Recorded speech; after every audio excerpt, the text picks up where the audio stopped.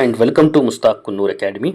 Dear students, dear diploma, PUC, ITI and all degree students and school students. ಈ ವಿಡಿಯೋದಲ್ಲಿ ನಾನು ಸೇವಾ ಸಿಂಧು ಮುಖಾಂತರ ಬಸ್ ಪಾಸ್ ಅಪ್ಲಿಕೇಶನ್ ಆನ್ಲೈನ್ ಯಾವ ಥರ ಅಪ್ಲೈ ಮಾಡಬೇಕು ಮತ್ತು ಟೆಂಪ್ಲೇಟ್ ಯಾವ ಥರ ಡೌನ್ಲೋಡ್ ಮಾಡಿ ಫಿಲ್ಅಪ್ ಮಾಡಿ ಯಾವ ಥರ ಅಪ್ಲೋಡ್ ಮಾಡಬೇಕು ಅನ್ನೋದು ಸಂಪೂರ್ಣ ಮಾಹಿತಿ ಈ ವಿಡಿಯೋದಲ್ಲಿ ನಾನು ಕೊಡ್ತಾ ಇದ್ದೀನಿ. ನೀವು ನಮ್ಮ ಚಾನಲ್ ಮುಸ್ತಾಕ್ ಕುನ್ನೂರ್ ಅಕಾಡೆಮಿಯನ್ನು ಫಸ್ಟ್ ಟೈಮ್ ವಿಸಿಟ್ ಮಾಡಿದ್ರೆ ನಮ್ಮ ಚಾನಲ್ ಸಬ್ಸ್ಕ್ರೈಬ್ ಮಾಡಿ, ಈ ವಿಡಿಯೋ ಲೈಕ್ ಮಾಡಿ ಮತ್ತು ಬೆಲ್ ಐಕನ್ ಪ್ರೆಸ್ ಮಾಡಿ. ಬನ್ನಿ, ಈಗ ನೀವು ಕೊನೆ ತನಕ ಈ ವಿಡಿಯೋ ನೋಡಿದರೆ ನಿಮಗೆ ಕಂಪ್ಲೀಟಾಗಿ ಐಡಿಯಾ ಸಿಗುತ್ತೆ. ಸ್ಕಿಪ್ ಮಾಡದೆ ಕೊನೆ ತನಕ ನೋಡಿ. ಸ್ಟೆಪ್ ಬೈ ಸ್ಟೆಪ್ ನಾನು ಎಕ್ಸ್ಪ್ಲೇನ್ ಮಾಡ್ತಾ ಇದ್ದೀನಿ. ಫಸ್ಟ್ ಆಫ್ ಆಲ್ ನೀವು ಗೂಗಲಿಗೆ ಬಂದುಬಿಟ್ಟು ಸೇವಾ ಸಿಂಧು ಅಂತ ಟೈಪ್ ಮಾಡಬೇಕು. ಸೇವಾ ಸಿಂಧು ಅಂತ ಟೈಪ್ ಮಾಡಿದ ತಕ್ಷಣ ಇಲ್ಲಿ ನಿಮಗೆ ಬರೋದು ಸೇವಾ ಸಿಂಧು ಹೋಮ್ ಪೇಜ್ ಅಂತ ಇಲ್ಲಿ ಕಾಣಿಸ್ತಾ ಇದೆ. ಸೇವಾ ಸಿಂಧು ಕರ್ನಾಟಕ ಅಂತಿದೆ. ಇದನ್ನು ನೀವು ಕ್ಲಿಕ್ ಮಾಡಬೇಕು. ಇದು ಕ್ಲಿಕ್ ಮಾಡಿದ ತಕ್ಷಣ ಇದು ಅಫಿಷಿಯಲ್ ಪೇಜ್ ಆಗಿದೆ. ಇದನ್ನು ಕ್ಲೋಸ್ ಮಾಡಿ. ಇದರಲ್ಲಿ ಜಸ್ಟ್ ಸ್ಕ್ರಾಲ್ ಮಾಡ್ತಾ ಹೋಗ್ದಂಗೆ ಇಲ್ಲಿ ಒಂದು ಕಾಣಿಸ್ತಾ ಇದೆ ವಿದ್ಯಾರ್ಥಿ ಬಸ್ ಪಾಸ್. ವಿದ್ಯಾರ್ಥಿ ಬಸ್ ಪಾಸಲ್ಲಿ ಇದರಲ್ಲಿ 4 ಝೋನಲ್ಲಿ ಕೊಟ್ಟಿದ್ದಾರೆ.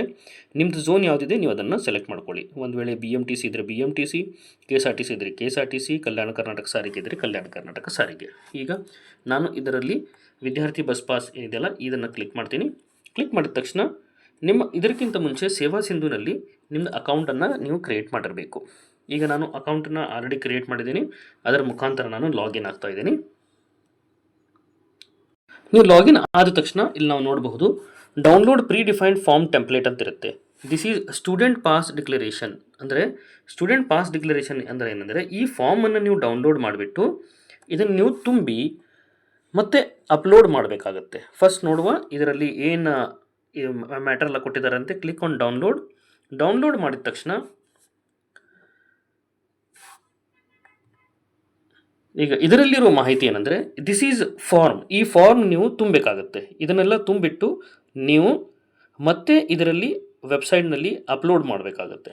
ಈ ಕರ್ನಾಟಕ ರಾಜ್ಯ ರಸ್ತೆ ಸಾರಿಗೆ ನಿಗಮ ಇದರಲ್ಲಿ ನಾವು ನೋಡಬಹುದು ಫಸ್ಟ್ ಪಾರ್ಟ್ ಇದರಲ್ಲಿ ಇರೋದು ಸ್ಟೂಡೆಂಟ್ ಡೀಟೇಲ್ಸ್ ಇದ್ದಿದೆ. ಈ ಸ್ಟೂಡೆಂಟ್ ಡೀಟೇಲ್ಸದು ಮಾಹಿತಿ ಎಲ್ಲ ನೀವು ಇಲ್ಲೇ ತುಂಬಬೇಕಾಗತ್ತೆ. ಸ್ಟೂಡೆಂಟ್ ಡೀಟೇಲ್ಸಲ್ಲಿ student name, date of birth, gender ಇವೆಲ್ಲ ಇದೆ. ಈ ಮಾಹಿತಿ ಎಲ್ಲ ನೀವು ಇಲ್ಲೇ ತುಂಬಬೇಕಾಗತ್ತೆ. ಅದೇ ರೀತಿ ನೀವು ಫೋಟೋ ಏನಿದೆ ಫೋಟೋ ವಿತ್ ಸಿಗ್ನೇಚರ್ ಅಂತಿದೆ. ನೀವು ವಿತ್ ಸಿಗ್ನೇಚರ್ ಇದನ್ನು ನೀವು ಅಪ್ಲೋಡ್ ಮಾಡಬೇಕು, ಇಲ್ಲಿ ಪೇಸ್ಟ್ ಮಾಡಬೇಕು.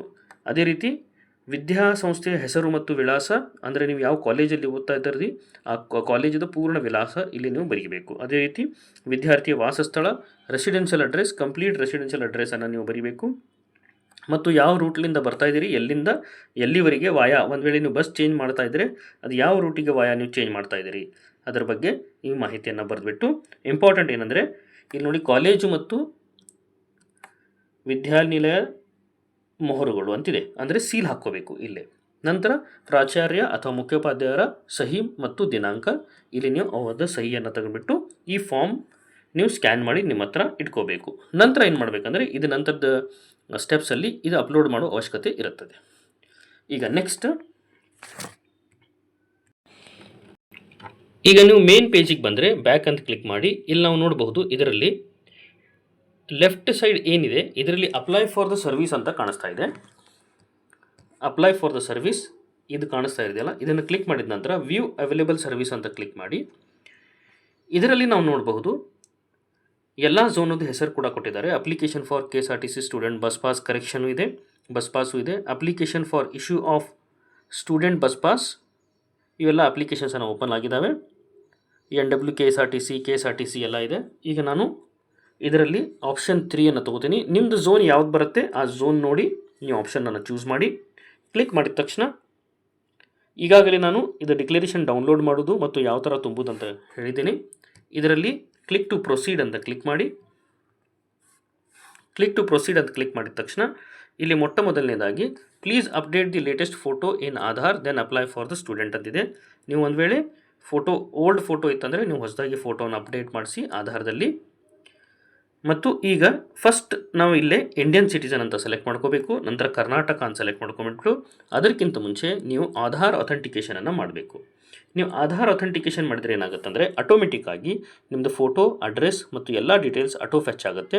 ಈಗ ಆಧಾರ್ ಅಥೆಂಟಿಕೇಷನ್ ನಾವು ಯಾವ ಥರ ಮಾಡೋದಂತ ನಾನು ನಿಮಗೆ ಹೇಳ್ತಾ ಇದ್ದೀನಿ. ಕೊನೆ ತನಕ ನೋಡಿ, ಡೆಫಿನೆಟ್ ಆಗಿ ನಿಮಗೆ ಹೆಲ್ಪ್ ಆಗುತ್ತೆ. Click on Aadhaar authentication. Aadhaar authentication ಮೇಲೆ ಈಗ ನೀವು ಯಾವ ಡಿವೈಸನ್ನು ಯೂಸ್ ಮಾಡ್ತಾ ಇದ್ದೀರಿ ಅಂತ ಇಲ್ಲಿ ಕೇಳ್ತಾ ಇದೆ. ಮೊಬೈಲ್ ಯೂಸ್ ಮಾಡ್ತಾ ಇದ್ದೀರೋ ಅಥವಾ ಡೆಸ್ಕ್ಟಾಪ್ ಯೂಸ್ ಮಾಡ್ತಾ ಇದ್ದೀರಾ ಅಂತ. ನಾನೀಗ ಸದ್ಯಕ್ಕೆ ಮೊಬೈಲನ್ನು ಯೂಸ್ ಮಾಡ್ತಾ ಇದ್ದೀನಿ. ಮೊಬೈಲ್ ಅಂತ ಸೆಲೆಕ್ಟ್ ಮಾಡಿಬಿಟ್ಟು ಇಲ್ಲಿ ನಿಮ್ಮ ಆಧಾರ್ ನಂಬರ್ ಟೈಪ್ ಮಾಡಿ ಇಲ್ಲಿ ಟಿಕ್ ಮಾಡಬೇಕು. ಇದು ಟಿಕ್ ಮಾಡಿಬಿಟ್ಟು ಒ ಟಿ ಪಿ ಬರುತ್ತೆ. ಒ ಟಿ ಪಿ ಮುಖಾಂತರ ಅದನ್ನು ನೀವು ವೆರಿಫೈ ಮಾಡಬೇಕು. ಈಗ ನಾನು ಆಧಾರ್ ನಂಬರ್ನ ಎಂಟರ್ ಮಾಡಿಬಿಟ್ಟು ವೆರಿಫೈ ಮಾಡ್ತಾ ಇದ್ದೀನಿ. ನಾನು ಈಗ ಇಲ್ಲಿ ಆಧಾರ್ ನಂಬರ್ನ ಎಂಟರ್ ಮಾಡಿದ್ದೀನಿ ಮತ್ತು ಟಿಕ್ ಮಾಡಿ ನನ್ನ ಆಧಾರ ಮಾಹಿತಿ ಐಡೆಂಟಿಫೈ ಇನ್ಫಾರ್ಮೇಷನ್ ಅಂತ ಕ್ಲಿಕ್ ಮಾಡಿದ ತಕ್ಷಣ ಅದರ ಮೇಲೆ ಈಗ click on O T P. O T P ಅಂತ ಏನಿದೆ ಇದರ ಮೇಲೆ ಟಿಕ್ ಮಾಡಿ. ಒ ಟಿ ಪಿಯನ್ನು ಟಿಕ್ ಮಾಡಿದ ತಕ್ಷಣ ನಿಮ್ಮ ಮೊಬೈಲಿಗೆ ಒ ಟಿ ಪಿ ಬರುತ್ತೆ. ಆ ಒ ಟಿ ಪಿಯನ್ನು ನೀವು ಇಲ್ಲಿ ಎಂಟರ್ ಮಾಡಬೇಕಾಗತ್ತೆ. Click on generate O T P ಪಡೆಯಿರಿ ಅಂತ ಅದರ ಮೇಲೆ ಕ್ಲಿಕ್ ಮಾಡಿ. ಒ ಟಿ ಪಿ SMS ಮೂಲಕ ಕಳಿಸಲಾಗಿದೆ, O T P send successful ಅಂತ ಬರುತ್ತೆ. ನೀವು ಇದನ್ನು ಇಲ್ಲಿ ಬಂದುಬಿಟ್ಟು ಒ ಟಿ ಪಿಯನ್ನು ಎಂಟರ್ ಮಾಡಬೇಕಾಗತ್ತೆ. ಒ ಟಿ ಪಿ ಬಂದಿದೆ, ಇದನ್ನು ಸೆಲೆಕ್ಟ್ ಮಾಡಿಬಿಟ್ಟು ಸಲ್ಲಿಸಿ ಇದರ ಮೇಲೆ ಕ್ಲಿಕ್ ಮಾಡಿ. ಕ್ಲಿಕ್ ಮಾಡಿದ ತಕ್ಷಣ ಇಲ್ಲಿ ನಾವು ನೋಡಬಹುದು application of issue of student bus pass. ಇದು ಅಪ್ಲಿಕೇಶನ್ ಓಪನ್ ಆಗಿದೆ. ಈಗ ನೋಡೋಣ ಏನೇನು ಮಾಹಿತಿಯೆಲ್ಲ ನಾವು ತುಂಬಬೇಕಂತ. ಈಗ ಆಧಾರ್ ಅಥೆಂಟಿಕೇಶನ್ ಆದ ನಂತರ ನೀವು click here to get details ಅಂತಿದೆ, ಇದರ ಮೇಲೆ ಕ್ಲಿಕ್ ಮಾಡಿ ಮತ್ತು ಮೊಬೈಲ್ ನಂಬರು ಕೂಡ ಎಂಟರ್ ಮಾಡಿ. ಈಗ ನಾನು ಕ್ಲಿಕ್ ಮಾಡ್ತಾ ಇದ್ದೀನಿ. ಇದರಲ್ಲಿ ನೀವು ಮೊಬೈಲ್ ನಂಬರ್ನ ಎಂಟರ್ ಮಾಡಬೇಕಾಗುತ್ತೆ. ಇಲ್ಲೇ ಒಂದು ಪಾಪಪ್ ಕೇಳ್ತಾ ಇದೆ, ಅರ್ಜಿದಾರ ಮೊಬೈಲ್ ಸಂಖ್ಯೆ ಸಕಾಲ ಅರ್ಜಿ ಸ್ಥಿತಿಗತಿಯನ್ನು ತಿಳಿಸಲು ಒಪ್ಪಿಗೆ ಇದೆ, ಓಕೆ ಅಂತ ಕೊಡಿ. ನಂತರ ಮೊಬೈಲ್ ನಂಬರು ಕೂಡ ನೀವು ಇಲ್ಲಿ ಎಂಟರ್ ಮಾಡಬೇಕು. ಅದಕ್ಕಿಂತ ಮುಂಚೆ ಕೋರ್ಸ್ ಕ್ಯಾಟಗರಿ ನಿಮ್ದು ಯಾವುದು ಕೋರ್ಸ್ ಇದೆ, ಪ್ರೈಮರಿ ಇದೆ, ಹೈಸ್ಕೂಲ್ ಇದೆ ಅಥವಾ ಡಿಪ್ಲೊಮಾ ಇದೆ ಡಿಪ್ಲೊಮಾ ಅಂತ ಕ್ಲಿಕ್ ಮಾಡಿ. ಕೋರ್ಸ್ ಡಿಟೇಲ್ ಫಸ್ಟ್ ಇಯರ್ ಇದ್ದೀರಾ, ಸೆಕೆಂಡ್ ಇಯರ್ ಇದ್ದೀರಾ ಅದನ್ನೊಂದು ಕ್ಲಿಕ್ ಮಾಡಿ ಮತ್ತು ಸೆಲೆಕ್ಟ್ ಕೋರ್ಸ್ ಯಾವುದಿದೆ, ಎಲೆಕ್ಟ್ರಾನಿಕ್ಸ್ ಆ್ಯಂಡ್ ಕಮ್ಯುನಿಕೇಷನ್ ಇದೆಯೋ, ಡಿಪ್ಲೊಮಾ ಇನ್ ಇಂಜಿನಿಯರಿಂಗ್ ಇದೆಯೋ, ಟೆಕ್ಸ್ಟೈಲ್ ಇದೆಯೋ ಅದನ್ನೆಲ್ಲ ನೀವು ಇದರಲ್ಲಿ ನೀವು ಸೆಲೆಕ್ಟ್ ಮಾಡ್ಕೋಬೇಕು ನಿಮ್ದು ಯಾವುದಿದೆ ಅಂತ. ಅದನ್ನು ಕ್ಲಿಕ್ ಮಾಡಿದ ನಂತರ ನೀವು ನಿಮ್ಮ ಮೊಬೈಲ್ ನಂಬರು ಕೂಡ ಎಂಟರ್ ಮಾಡಬೇಕು. ಮೊಬೈಲ್ ನಂಬರ್ ಎಂಟರ್ ಮಾಡಿದ ನಂತರ ನಿಮಗೆ ಮೊಬೈಲ್ ನಂಬರ್ಗೆ ಒ ಟಿ ಪಿ ಬರುತ್ತೆ.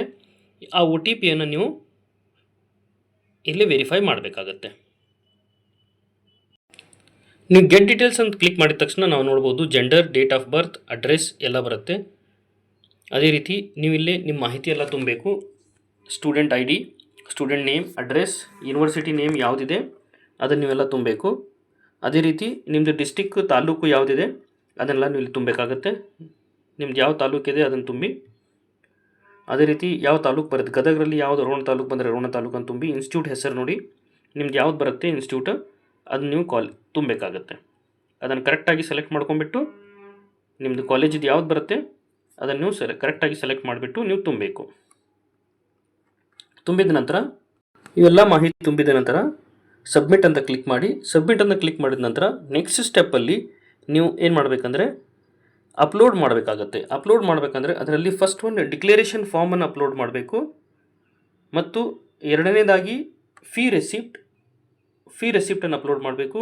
ಕೊನೆಯದಾಗಿ ರೆಸಿಡೆನ್ಷಿಯಲ್ ಪ್ರೂಫ್ ಅಂದರೆ ನಿಮ್ಮದು ಅಡ್ರೆಸ್ ಪ್ರೂಫನ್ನು ನೀವು ಇದರಲ್ಲಿ ಅಪ್ಲೋಡ್ ಮಾಡಬೇಕಾಗತ್ತೆ. ಅಪ್ಲೋಡ್ ಮಾಡಿದ ನಂತರ ಅಪ್ಲಿಕೇಶನ್ ಪ್ರಿಂಟ್ ಎಕ್ನಾಲೇಜ್ಮೆಂಟನ್ನು ತೊಗೊಂಡ್ಬಿಟ್ಟು ನೀವು KSRTC ಆಫೀಸ್ಗೆ ಹೋಗಿ ಕೊಟ್ಟರೆ ನಿಮಗೆ ಅವರು ಪಾಸನ್ನು ಇಶ್ಯೂ ಮಾಡ್ತಾರೆ. Thank you.